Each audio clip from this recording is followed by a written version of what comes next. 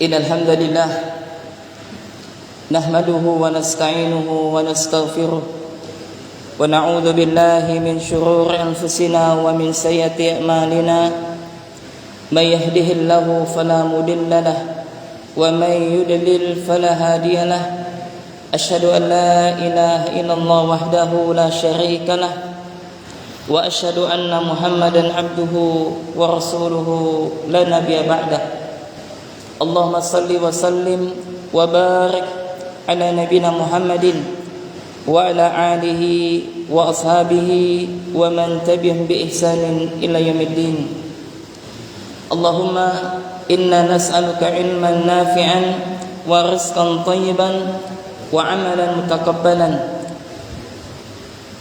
Hadirin para ikhwan dan juga para akhwat, kaum muslimin dan muslimah rahimani rahimakumullah.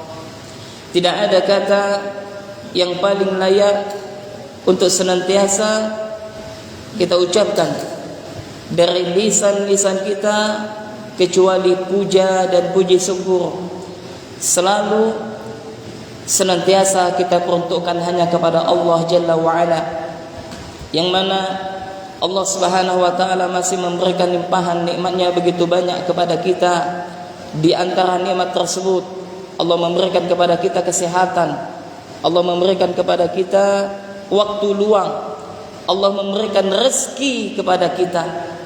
Dan tidak hanya sampai di situ, Allah Jalla wa'ala memberikan kepada kita tempat yang aman sentosa, tidak ada peperangan, tidak ada pertumpahan darah dan yang semisalnya.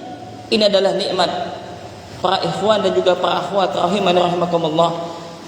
Dan ada nikmat yang lebih besar daripada itu semua, adalah nikmat iman dan Islam, yang mana Rasulullah sallallahu alaihi wasallam bersabda, qad aflaha man hudiya ilal Islam. Sungguh beruntunglah, kata Nabi, orang yang apabila diberikan kepada dia petunjuk kepada Islam. Dan kita sekarang menjadi seorang muslim, dan Anda menjadi seorang wanita muslimah, ini adalah nikmat di antara nikmat. Dan ternyata Allah tidak membiarkan kita begitu saja. Kemudian Allah memberikan kepada kita semuanya nikmat taufik, nikmat ketaatan. Untuk apa? Menuntut ilmu. Karena menuntut ilmu adalah salah satu kewajiban, sebagaimana yang disebutkan oleh Nabi kita yang mulia sallallahu alaihi wasallam, talabul ilmi fariidatun ala kulli muslim. Menuntut ilmu wajib bagi setiap muslim. Dan hadis ini dinukilkan oleh al-Imam Ibnu Qudamah dalam kitabnya Mukhtasar Minhajul Qasidin. Para ikhwan sekalian dan juga para akhwat rahimani rahimakumullah, semoga salam dan selawat senantiasa tetap tercurahkan kepada junjungan Nabi besar kita Muhammad bin Abdullah, kepada keluarganya, sahabatnya, dan juga kepada umatnya yang senantiasa berusaha mengikuti jejak langkah beliau. Dan insyaallah pada kesempatan kali ini kita akan membahas sebuah kitab yang sangat bagus, yang sangat luar biasa. Apalagi di hadapan saya ini ada bapak-bapak semuanya, ya bapak-bapak, dan juga para penuntut ilmu, yang mana satu keharusan kita akan duduk sejenak untuk mendengarkan untayan-untayan nasihat daripada para ulama kita. Dan insyaallah taala para ikhwan dan juga para akhwat, hadirin dan hadirat rahimani rahimakumullah, kita akan membahas sebuah kitab, namanya adalah kitab turas. Apa itu kitab turas? Kitab-kitab ulama klasik, ya, yang mana usia kitabnya ini sudah ratusan tahun. Kita akan mengkaji kitab tentang seputar adab, baik bagi seorang penuntut ilmu ataukah orang yang mengajarkan ilmu, yang bernama Tadhkiratus Sami Al-Mutakallim fi Adabil Alim wal Muta'allim. Tadhkirah artinya adalah sebagai pengingat bagi as-sami, yang mendengarkan, maksudnya siapa? Para penuntut ilmu, wal mutakallim, dan juga nasihat atau mengingat bagi yang berbicara atau bagi seorang guru, fi adabil alim, dan di dalam adab, yakni apa? Mengajarkan ilmu dan mempelajarinya. Kitab ini ditulis oleh Syekhul Islam Ibnu Jama'ah rahimahullahu taala. Dan insyaallah ya kita akan mengkaji kitab ini yakni beberapa episode. Ya seperti itu. Nah, sekarang kita belum masuk kepada pembahasan kitab. Maka pada pertemuan kita kali ini kami akan memberikan sedikit tentang bagaimana kisah para ulama kita dalam menuntut ilmu. Subhanallah, hadirin dan hadirat rahimani rahimakumullah. Kita hidup di zaman yang mana manusia meremehkan ilmu. Kita hidup di satu zaman yang mana kaum muslimin banyak di antara mereka meninggalkan majelis-majelis ilmu. Padahal ilmu yang kami maksudkan di sini adalah ilmu din, adalah bagikan makanan bagi jasad. Jadi ilmu adalah makanan rohani kita. Tidaklah seseorang itu akan bertambah keimanannya kepada Allah, dan tidaklah seorang hamba itu bertambah takutnya kepada Allah melainkan dengan ilmu. Maka kita akan membicarakan bagaimana semangatnya para ulama kita dalam menuntut ilmu. Kita mungkin kenal salah seorang ulama yang bernama apa? Syekhul Islam Ibnu Taimiyah. Beliau adalah seorang yang alim, mujtahid. Syekhul Islam Ibnu Taimiyah disebutkan ya ikhwan rahimani rahimakumullah, buah karya dia itu sebanyak 500 judul yang ketahuan. 500 judul. Satu judul itu terkadang terdapat beberapa jilid. Di antaranya apa? Majmu' Fatawa. Dan satu jilid itu terkadang 500 halaman. Subhanallah. Al-Imam Ibnu Qayyim rahimahullah, murid daripada Syekhul Islam Ibnu Taimiyah. Beliau adalah seorang ulama yang produktif, yang aktif di dalam tulis menulis. Dan kitab-kitab beliau begitu banyak sekali, subhanallah. Di atas kendaraan, apa dulu kendaraannya? Tidak ada mobil ya enggak? Tidak ada pesawat. Apa? Onta. Dia bisa menulis, akhirnya menjadilah sebuah kitab yang bernama Zadul Ma'ad. Subhanallah, 4 jilid jamaah. Dan juga mungkin kita mengenal yakni apa? Para ulama Al-Imam Az-Zahabi rahimahullah. Ya, yang mana beliau begitu banyak menulis. Di antara kitab beliau yang terkenal adalah Syiar Alam Nubala, yang menjelaskan tentang sejarah dari zaman Nabi Adam alaihissalam sampai orang yang terakhir masuk surga dan masuk neraka. Subhanallah. Dan salah satunya adalah apa yang akan kita kaji kitabnya ini, Burhanuddin rahimahullah.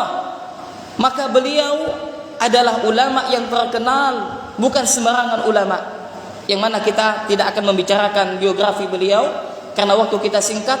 Maka kita akan membicarakan bagaimana para ulama semangat dalam menuntut ilmu. Apa sebabnya? Maka para ulama menyebutkan ada 3 sebab.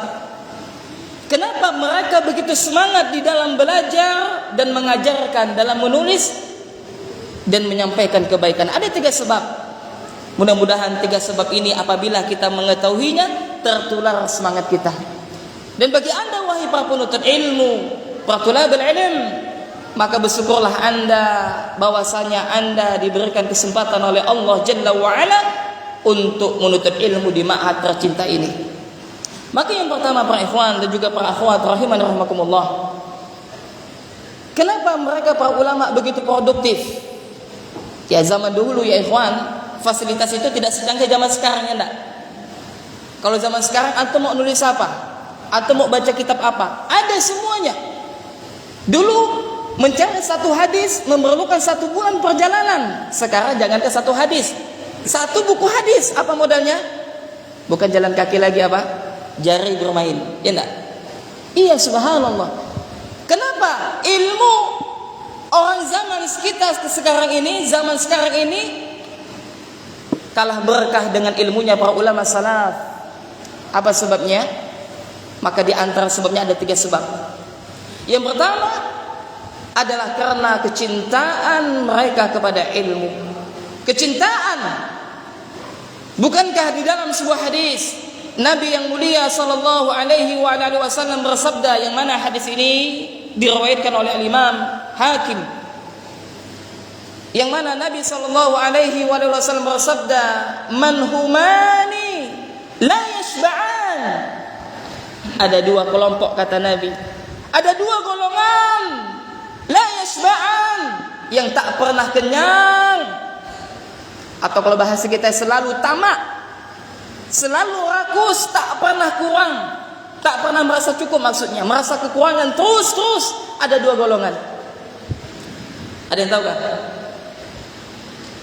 Apa yang pertama? Nabi mengatakan yang mulia sallallahu alaihi wasallam, talibul ilm. Yang pertama adalah mereka para pencari ilmu, para penuntut ilmu. Mereka tak pernah merasa cukup dengan ilmu yang mereka miliki. Yang kedua, wa talibud dunya. Yang kedua adalah mereka para penuntut dunia, para pencari dunia. Kita lihat orang kalau dia mencari dunia, ya tak pernah kurang-kurang. Dia tak pernah merasa cukup. Maksudnya apa? Merasa kurang terus. Udah ada motor, mau apa? Auto, ya enggak? Udah ada rumah yang kecil, mau dibesarkan. Bahkan pepatah mengatakan apa? Malam menjadi siang, siang menjadi malam. Ya, inilah mereka para pencari dunia. Nah, sedangkan para pencari ilmu, mereka juga tak pernah merasa puas. Subhanallah. Hadirin dan hadirat rahimani rahimakumullah. Demikianlah hadis yang telah disebutkan oleh Nabi yang mulia sallallahu alaihi wasallam. Sebagaimana telah kita ketahui bahwasanya Nabi tidaklah beliau bicarakan kecuali apa? Wahyu yang telah beliau sampaikan. Maka benarlah apa yang telah dikatakan oleh Nabi yang mulia sallallahu alaihi wasallam, man human la yashba'an. Ada 2 kelompok yang dia tak pernah kenyang, yang selalu senantiasa tamak. Di antaranya adalah talibul ilm, yakni mereka para penuntut ilmu. Maka sebenarnya masih banyak kisah-kisah para ulama. Kita cukupkan 1 kisah saja, yang mana ini mudah-mudahan memberikan semangat, motivasi kepada kita para ikhwan dan juga para akhwat rahimani rahimakumullah dalam menuntut ilmu. Disebutkan ada sebuah kisah yang bernama Baqi bin Makhlad. Pernah dengar kisah Baqi bin Makhlad? Pernah dengar enggak? Santri pernah dengar? Belum ya? Nah, siapakah dia Baqi bin Makhlad? Rahimahullah, dia adalah penuntut ilmu sejati. Subhanallah. Siapakah dia, ikhwan?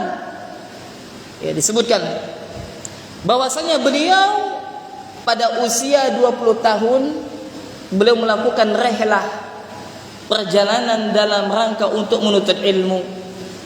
Di mana asal negerinya? Di Andalus. Dulu Andalus itu adalah negeri Islam, ya enggak? Sekarang menjadi apa namanya? Spanyol, banyak bintang bola. Paham ya? Tahu. Ya, Spanyol, Andalus. Subhanallah, dari Andalus menuju Baghdad, ya ikhwan. Ya, berapa jaraknya? Ada yang tahu? Nanti tanya Mbah Google, ya enggak? Tahu Mbah Google? Ya. Disebutkan oleh para ulama bahwasanya Baqi bin Makhlad rahimahullah pada usia 20 tahun dia melakukan rihlah, perjalanan dari Andalus menuju Baghdad. Dengan apa? Dengan pesawat. Tak ada dulu pesawat. Nah, dengan apa? Jalan kaki, subhanallah, dengan jalan kaki. Dia berjalan melewati daratan dan melewati lautan. Bukan berarti jalan di atas laut. Ya, pakai apa? Pakai kapal. Telah sampai di daratan berjalan lagi, subhanallah. melewati berbagai macam pergunungan, lautan, padang pasir dan yang semisalnya. Subhanallah. Apa tujuannya? Untuk datang ke Baghdad mengambil ilmu kepada imam ahli sunnah. Siapa namanya? Imam Ahmad bin Hanbal rahimahullah. Subhanallah. Seorang Imam Ahmad bin Hanbal, ya, beliaulah salah seorang ulama ahli sunnah, dikatakan pemimpinnya imam ahli sunnah wal jamaah. Akhirnya apa? Berbulan-bulan jalan kaki, subhanallah. Panas, malam, siang, dilalui oleh Baqi bin Makhlad, ya rahimahullah. Ketika hendak sampai ke kota Baghdad, telah nampak kota Baghdad, terdengarlah apa? Sebuah berita bahwasanya Imam Ahmad bin Hanbal dilarang untuk mengajarkan hadis. Subhanallah. Kalau antum gimana? Lanjutkan perjalanan ataukah balik? Nah, santri gimana? Balik atau lanjutkan? Baliklah ustaznya enggak? Senang. Ya enggak? Ada yang nangis enggak? Santri baru ke semua nih? Hah? Santri baru? Bukan. Apa yang dilakukan? Maka kata Baqi bin Makhlad rahimahullah, maka tak kala aku hendak memasuki kota Baghdad, maka aku mendengarkan informasi bahwasanya Imam Ahmad bin Hanbal yang aku hendak mengambil ilmu daripada beliau dilarang oleh pemerintah ketika itu untuk mengajarkan hadis. Maka aku pun sedih dengan rasa sedih yang begitu amat dahsyat. Subhanallah, mungkin kesedihannya ini melebihi apa? Seorang lelaki ketika lamarannya ditolak. Ya, lebih sedih lagi. Ya, maka apa dia mengatakan? Kemudian beliau mengatakan, apa sebabnya jamaah? Karena di kota Baghdad terjadi sebuah fitnah yang amat dahsyat. Apa fitnahnya?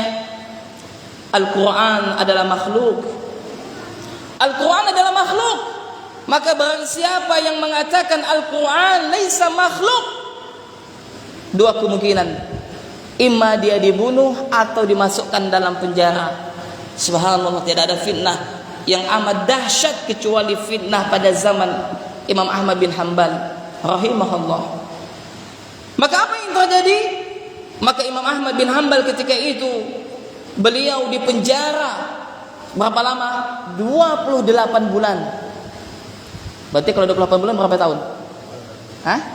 2 tahun lebih. Subhanallah. Diapakan di dalam penjara? Bukan makan tidur aja. Dicambuk, dipaksa, wahai imam, bagaimana keyakinanmu tentang Al-Quran? Apa kata Imam Ahmad bin Hanbal? Al-Quran kalamullah, laisa bimakhluk. Kalau seandainya Imam Ahmad bin Hanbal rahimahullah mengatakan Al-Quran adalah makhluk, maka keyakinan itu akan terus sampai saat ini. Akan tetapi Al-Quran laisa makhluk. Al-Quran kalamullah. Kenapa? Karena barang siapa mengatakan Al-Quran adalah makhluk, maka kufurlah dia. Inilah dikatakan kenapa Imam Ahmad bin Hanbal menjadi apa? Seorang imamnya ahli sunnah. Subhanallah. Dan Imam Ahmad para ikhwan rahimakumullah di penjara ya beberapa khalifah. Yang pertama pada Khalifah Ma'mun. Ketika selesai Khalifah Ma'mun diganti dengan Mu'tasim. Ketika dia wafat diganti Wasik. Ini akhirnya terjadi dialog Imam Ahmad ini disebutkan oleh Imam Ibnu Qudamah dalam kitabnya Lum'atul I'tiqad pada pembahasan yang terakhir tentang keyakinan bahwasanya Allah laisa makhluk. Disebutkan oleh Imam Ibnu Qudamah dalam kitab tersebut. Bagaimana dialognya Imam Ahmad dengan ahlul bid'ah yang meyakini Al-Quran adalah makhluk. Singkat cerita, maka bebaslah Imam Ahmad bin Hanbal. Nah, ketika dia bebas, Khalifah ketika itu melarang Imam Ahmad tak boleh sama sekali buka bermajelis seperti ini, tak boleh sama sekali. Akhirnya apa? Dia diperintahkan untuk tetap di rumahnya. Maka apa yang terjadi? Maka Baqi rahimahullah dia pun terus melakukan perjalanan. Dia tidak balik kampungnya. Kenapa? Karena jauh. Maka dia pun tetap masuk ke kota Baghdad. Lalu tibalah dia di sebuah masjid namanya adalah Masjid Al-Kabir. Masjid agung di kota Baghdad tersebut. Akhirnya dia istirahat, dia sholat. Lalu dia bermunajat kepada Allah Subhanahu wa taala dan akhirnya dia bertanya kepada penduduk Baghdad tersebut untuk apa? Di manakah rumahnya Imam Ahmad bin Hanbal? Maka diberitahulah bahwasanya rumah Imam Ahmad bin Hanbal ya di satu tempat yang disebutkan, dan akhirnya dia pun bergegas menemui sahabat Imam Ahmad bin Hanbal rahimahullah. Maka diketuklah pintu rumah tersebut. Diketuk. Ya. Ketika diketuk, apa yang terjadi? Maka Imam Ahmad pun membuka. Kaget Imam Ahmad. Ya, orang yang asing, ya, yang tak dikenal. Maka Imam Ahmad bin Hanbal rahimahullah mengatakan, "Man anta? Siapa engkau?" Maka Waqi dia mengatakan bahwasanya Baqi bin Makhlad mengatakan bahwasanya dia adalah Baqi, ya, yakni orang yang asing dari jauh, dari negeri yang jauh, dari Andalus, tujuannya untuk belajar kepada engkau wahai Imam Ahmad bin Hanbal rahimahullah. Maka apa kata Imam Ahmad bin Hanbal? Wahai fulan, bukankah engkau telah mendengarkan kabar bahwasanya aku dilarang untuk menyampaikan ilmu hadis? Ya, aku mendengarkan. Akan tetapi aku ingin sekali belajar kepadamu. Dan akhirnya apa? Mereka buat sepakat. Apa kesepakatannya? Kata Baqi, wahai Imam, sudahkah engkau sekiranya mengajarkan aku setiap pagi, yang mana aku menyamar menjadi apa? Seorang pengemis. Subhanallah. Menyamar menjadi seorang pengemis, yang mana kata Baqi bin Makhlad mengatakan bahwasanya dia tinggal di negeri yang asing. Tidak ada seorang pun kota Baghdad mengenal Baqi bin Makhlad. Maka Imam Ahmad mengatakan, kalau begitu aku akan mengajarkan hadis kepadamu. Apa yang terjadi para jamaah rahimakumullah? Maka setiap pagi Baqi rahimahullah beliau mengatakan bahwasanya setiap pagi dia datang ke rumah Imam Ahmad bin Hanbal dengan apa? Dengan baju yang kumuh, layaknya betul-betul pengemis. Pernah lihat pengemis? Adakah pengemis pakai jas, pakai dasi? Tak ada, ya enggak?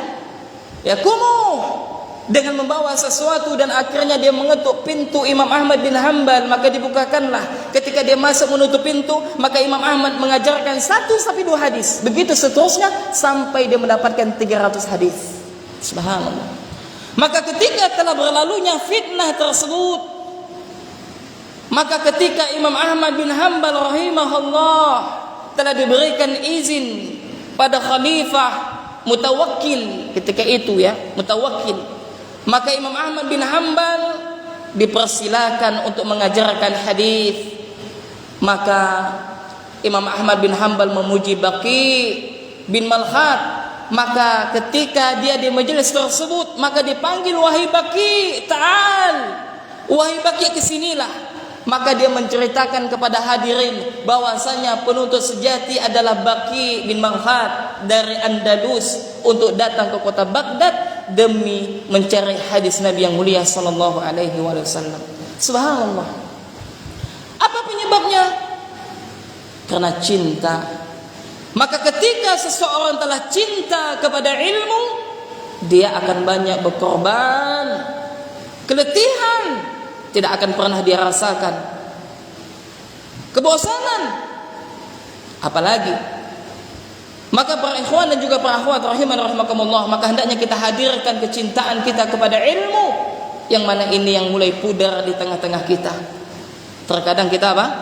Ya, kalau kita melihat biografi para ulama, subhanallah, ya, kalau tidak salah satunya adalah Ibnu Sirin, pernah menjual atap rumahnya untuk apa? Demi belajar hadis.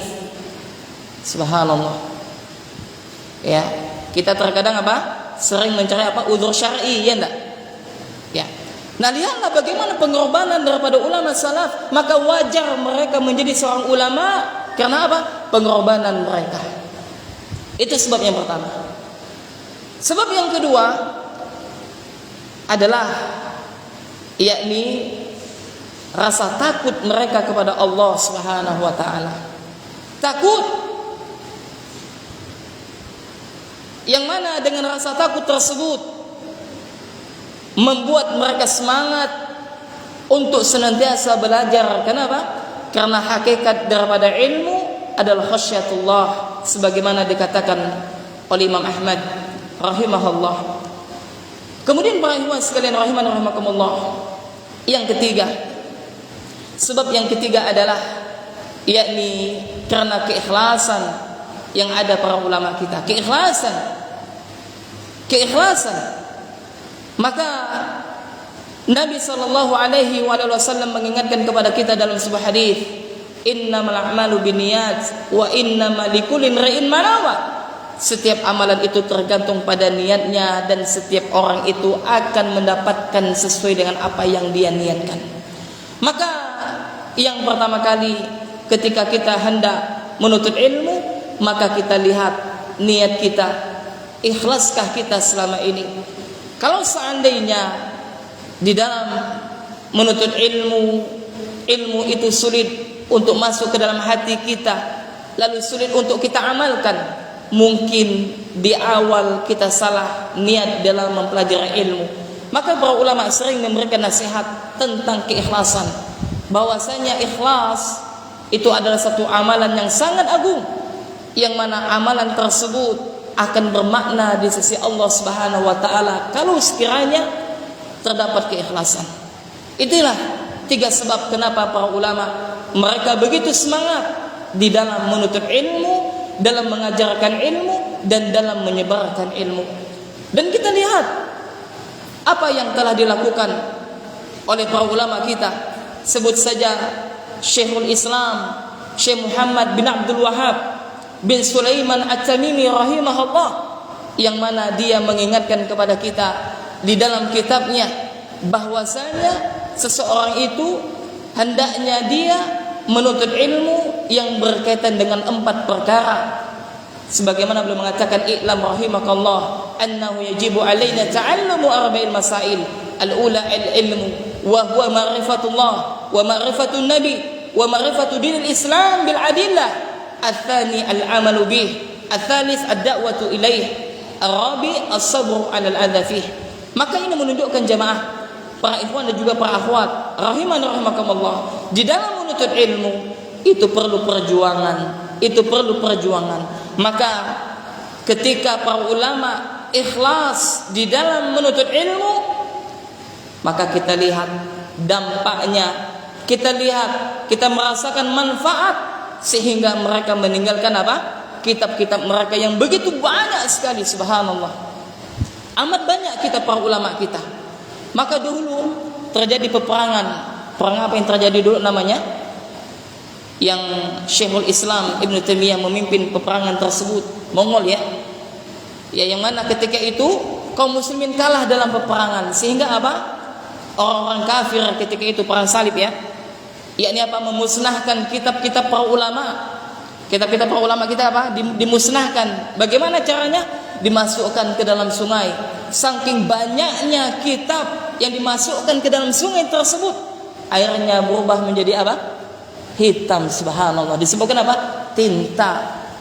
Banyak ya kawan. Dan betapa banyak kitab-kitab para ulama, yang ada jutaan mungkin judul kitab para ulama, yang mana semuanya adalah menggunakan pakai bahasa Arab. Ya, nah sebagian di antara kitab tersebut ada yang telah masuk ke negeri kita dan ada yang belum. Dan sebagian yang telah masuk di negeri kita ada yang telah diterjemahkan dan ada yang belum diterjemahkan. Maka kalau seandainya hari-hari kita hidupkan dengan majelis ilmu, kita sibukkan dengan menuntut ilmu, maka usia kita tidak akan cukup untuk mempelajari dan membaca kitab-kitab para ulama, saking banyaknya kitab para ulama, subhanallah. Ya. Nah, di antara kitab tersebut yang menjelaskan tentang adab adalah kitab yang akan kita kaji ini biidznillah. Kemudian para ikhwan dan juga para akhwat rahiman rahimakumullah, kita akan mengenal secara singkat daripada Al-Imam Ibnu Jama'ah rahimahullah. Siapakah dia? Ya. Maka yang pertama, ya, ketika kita mempelajari kitab Tadhkiratus Sami wal Mutakallim, kitab ini adalah menjelaskan tentang seputar adab. Seputar adab. Kenapa? Karena para ulama kita sering memberikan nasihat bahwasanya sebelum menuntut ilmu, yang terpenting bagi kita adalah mempelajari adab sebelum kita menuntut ilmu. Maka banyak sekali para ulama kita menulis tentang adab di dalam menuntut ilmu. Di antaranya adalah Al-Imam Adz-Dzarnuji yang bernama kitabnya Ta'lim Al-Muta'allim. Ya. Kemudian kitab yang selanjutnya adalah kitab ini, Tadhkiratus Sami Al-Mutakallim fi Adabil Alim wal Muta'allim. Kemudian kitab ini ditulis oleh ulama kita pada zaman sekarang ini adalah kitab yang ditulis oleh Syekh Muhammad bin Shalih Utsaimin yang bernama Kitabul Ilm. Kitab tentang masalah ilmu. Di sana disebutkan tentang adab-adab. Kemudian juga kitab yang terkenal adalah Hilyah Thalabul Ilm yang ditulis oleh Syekh Bakar Abu Zaid rahimahullah yang beberapa tahun telah wafat. Kemudian kitab yang ditulis oleh Syekh Dr. Shalih Utsaimin yang bernama Khulasah Ta'dzimul Ilm, yakni ringkasan daripada mengagungkan ilmu. Dan juga kitab yang berbahasa Indonesia apa yang telah ditulis oleh guru kita Al-Ustaz Yazid bin Abdul Qadir Jawaz hafizahullah dengan tema tuntunan menuntut ilmu, jalan menuju surga. Ya, lalu beliau membuat sebuah kitab atau sebuah buku yang khusus tentang adab dalam menuntut ilmu. Maka begitu banyak. Maka hendaknya kita kembali membaca atau mempelajari adab-adab di dalam menuntut ilmu. Kenapa? Karena para ulama salaf terdahulu sebelum mereka duduk bersimpuh dalam rangka untuk menuntut ilmu, maka mereka mempelajari adab terlebih dahulu. Kalau kita terkadang terbalik, ya enggak? Belajar dulu, adab belakangan. Sehingga banyak murid yang tidak beradab. Ya. Di satu sisi ada yang berlebihan, ya enggak? Sampai-sampai sujud ini juga tak boleh. Maka Ahlussunnah wal Jamaah pertengahan, tidak berlebihan dan juga tidak meremehkan. Ya enggak? Naam. Maka para ikhwan rahimani rahimakumullah, masih ada waktu ya? Masih ada? 6 menit lagi. Naam. Yang pertama, kita akan mengenal dulu siapa sosok kitab ini, apa penulis kitab ini. Penulis kitab ini nama aslinya adalah Muhammad bin Ibrahim bin Sa'dillah bin Jamaah, atau ada yang menyebutkan dengan Badruddin. Ya, Badruddin. Ya. Dan beliau lebih dikenal dengan Ibnu Jamaah Asy-Syafi'i. Dan kitab yang mau kita kaji ini adalah ulama yang bermadhab Syafi'i. Dan sebagaimana telah kita ketahui di negeri kita ini mayoritas penganut madhab Syafi'i. Itu yang pertama. Kemudian yang kedua, beliau lahir pada tahun 639 Hijriah dan wafat pada tahun 733. Siapa jago matematika? Berapa usianya ketika wafat? Lahir 639, wafat 733. Hah? 90 lebih berapa? Berarti 94, 96. Berapa? Nah, 90 lebih tahunnya. Ya, dan beliau diberikan gelar oleh Syekhul Islam, ya ikhwan. Kalau disebutkan Syekhul Islam, syekhnya Islam, itu faham semua cabang ilmu, subhanallah. Siapa yang memberikan gelarnya ini? Al-Imam Ibnu Katsir rahimahullah. Dan beliau adalah salah seorang qadhi. Qadhi itu adalah hakim yang memberikan putusan di mana? Di Baitul Maqdis, di Palestina. Ya, di negeri Syam ketika itu. Berapa lama beliau menjadi qadhi? Disebutkan selama 22 atau 20 tahun. Ya. Kemudian beliau memiliki murid. Di antara muridnya yang terkenal adalah yang tadi kami sebutkan siapa? Al-Imam Adz-Dzahabi. Siapa Imam Dzahabi ini? Seorang ulama yang terkenal. Di antara buah karya tulisannya adalah yang terkenal adalah Siyar Alamin Nubala yang tadi telah kami sebutkan. Dan juga di antara kitab beliau juga adalah Al-Kabair, dosa-dosa besar, yang ditulis oleh Al-Imam Adz-Dzahabi rahimahullah. Maka kita dengarkan apa yang telah disebutkan oleh sang murid kepada gurunya tersebut. Apa dia mengatakan? Dia menyebutkan bahwasanya Al-Imam Adz-Dzahabi mengatakan bahwasanya gurunya Al-Imam Ibnu Jamaah adalah sosok yang punya peran andil yang sangat baik dalam berbagai macam keislaman. Maksudnya apa? Beliau ini adalah seorang ulama yang telah banyak memberikan manfaat kepada kaum muslimin. Di samping itu apa? Beliau adalah rajin ibadah. Ini menunjukkan bagi kita wahai para pengajar, bagi anda wahai para ustaz, bahwasanya ya orang yang alim bukanlah saja mereka banyak memiliki hafalan atau banyak memiliki ilmu, akan tetapi mereka adalah orang yang mengamalkan ilmunya. Di antaranya adalah memperbanyak ibadah. Jadi beliau ini di satu sisi memiliki orang yang berilmu, memiliki banyak hafalan, memiliki pemahaman yang sangat luar biasa, dan juga seorang abid, ahli ibadah, memperbanyak puasa, qiyamul lail, membaca Al-Quran, berzikir kepada Allah, dan bersedekah. Subhanallah. Inilah beliau. Kemudian beliau menjadi qadhi, yani hakim agama, dan berkhutbah pada 3 tempat. Ya, beliau diberikan amanah pada 3 tempat. Yang pertama, prestisius, yakni tempat Al-Quds, Damaskus, dan Mesir. Ya. Kemudian para ikhwan sekalian rahimani rahimakumullah, disebutkan oleh para ulama yang lain memuji beliau bahwasanya beliau ini adalah sosok ulama yang pakar dalam hadis.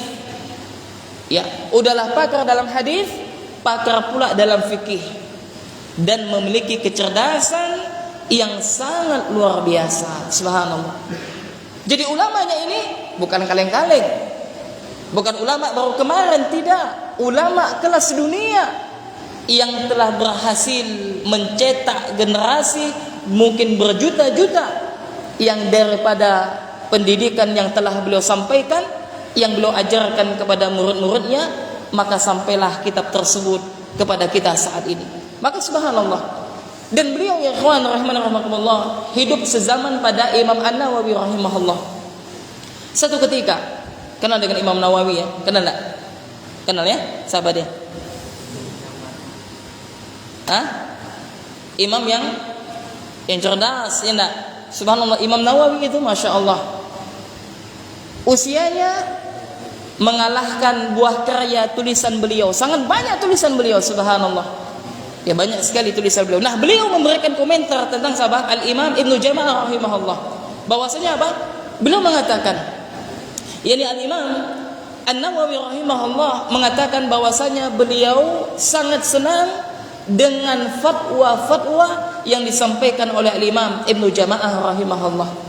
Maka singkat cerita para ikhwan sekalian rahimani rahimakumullah, yakni banyak sekali para ulama yang telah memberikan rekomendasi untuk mempelajari kitab ini.